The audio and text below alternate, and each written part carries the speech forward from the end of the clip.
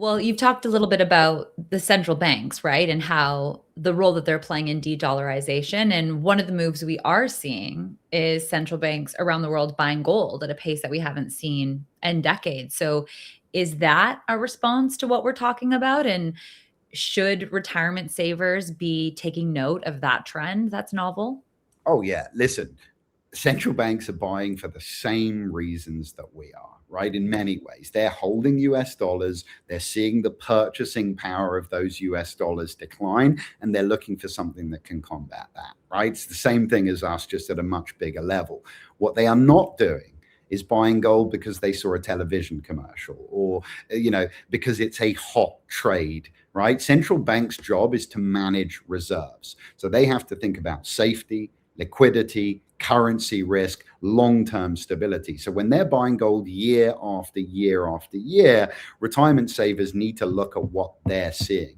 And in my view, diversifying away from sort of over-reliance on paper reserves is really, really important. For decades, the reserve system was heavily centralized on US dollars and US Treasury debt. And it made sense for a long time. Treasuries were liquid, they were deep, they were widely accepted. But central banks are now operating in a very different environment. Inflation has returned, geopolitical conflict has returned. Sanctions, as I mentioned before, reminded governments that financial reserves can just be frozen or restricted. They're looking at US national debt that is climbing. And gold has a number of advantages in environments like this. It doesn't have default risk. It's not issued by another country. It cannot be printed. It is liquid globally, and it has thousands of years of history as a reserve asset.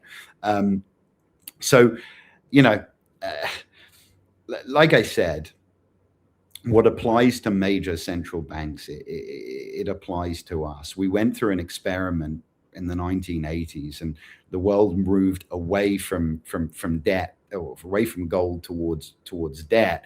That illusion, like I said, has been completely shattered, and the world is reverting now to what has always been the standard, and that is sound money. At the end of the day, we need our money we need our buying power to be protected over the longer term.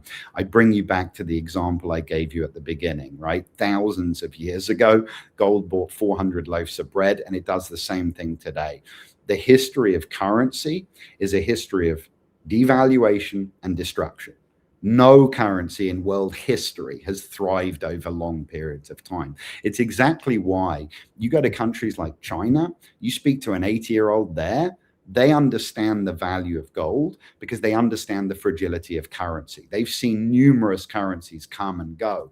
We haven't. From 1945 until today, the United States has seen peace, prosperity, and unbridled economic growth. But that is the historical aberration, and I fear we're reverting to the historical norm today.